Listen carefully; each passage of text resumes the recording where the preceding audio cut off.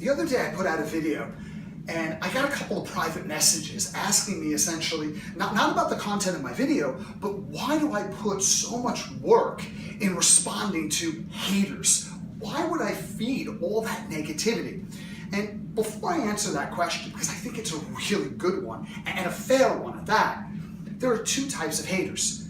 There are destructive haters and constructive haters. Now, as counterintuitive as the latter might seem, let's take a look at the first one. A destructive hater is someone who is just looking for an opportunity to be offended and will capitalize on that opportunity at all costs. This is the person that if you are caught by somebody taking a video of you rescuing kittens stuck in trees, they would come back and go, yeah, well, you just suck. What about dogs that are in need? You just have an agenda.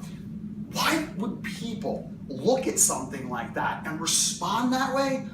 As the late great Jim Rohn would say, I wouldn't sign up for that course. I don't care. Could not give a shit less. That person is an energy vampire and will suck the physical, emotional, and mental resources out of you, leaving you depleted for areas of contribution where you can really make a difference. So they're not worth your time. However, there are other haters who it was something you said, or more likely the way you said it, that triggered something. They've got an issue or they've got a worldview that they're locked in, and you said something in a certain way and it provoked them. Now, I will always respond to those types of people, or I'll try to respond. You can't really respond to everyone, and the reason for that is threefold. Number one, I'm passionate.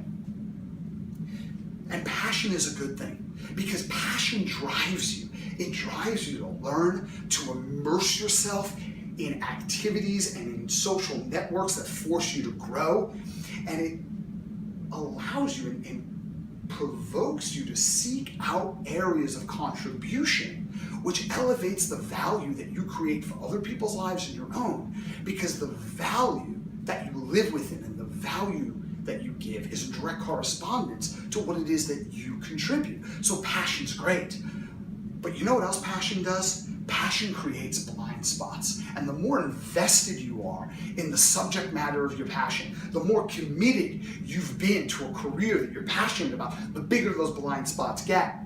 And just because somebody calls me out on my shit, or just because somebody has something to say and it's not encouraging, not supportive, and not pleasant, doesn't mean that they don't have a point. Doesn't mean that they're not right and I might be wrong. And I need to take a look at that because it's those things that don't necessarily feel good that are good for your growth. Not always, but often that's the case. Second, community. If I open up a conversation or I ask a question and I get responses to that question from people that I invited into the conversation and I don't like the answers that they gave, I was the one who created the question in the first place. So you gotta ask yourself a question. Speaking of questions, was I looking for an answer? Was I looking to provoke a dialogue or even a constructive debate? Or was I just egocentrically looking for people who subscribe to the way I see the world? And that not only stifles me, that stifles everybody else in the community, and there's no room for that shit. And finally, I think sometimes knowing how to think is more important than knowing what to think.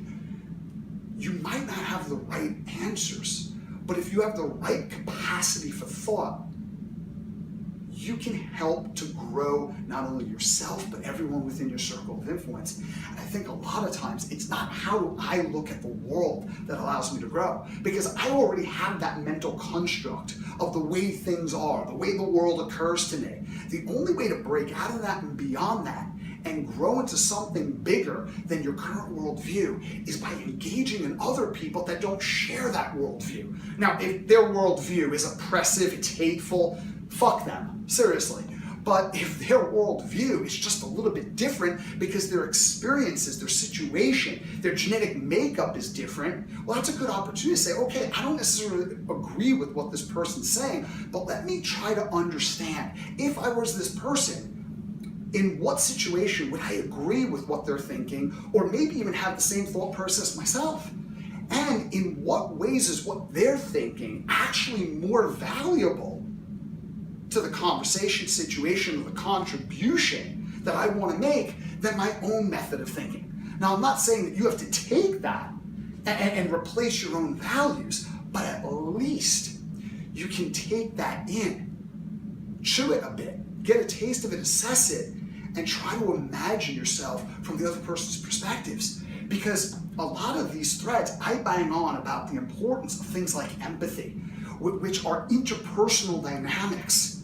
And empathy is defined as the ability to imaginatively project yourself into the world, view the emotions, the thoughts, the feelings, the reality of another individual.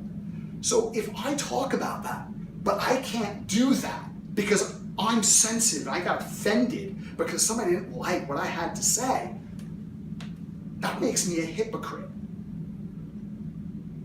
And worse than being a hypocrite, if there is anything worse than being a hypocrite, is the only value these videos have is when you say they have value and you respond to them and you generate a dialogue because of them. So it not only makes me a hypocrite, it makes me ungrateful. And I value you as a community far too much to pull any of that shit on you.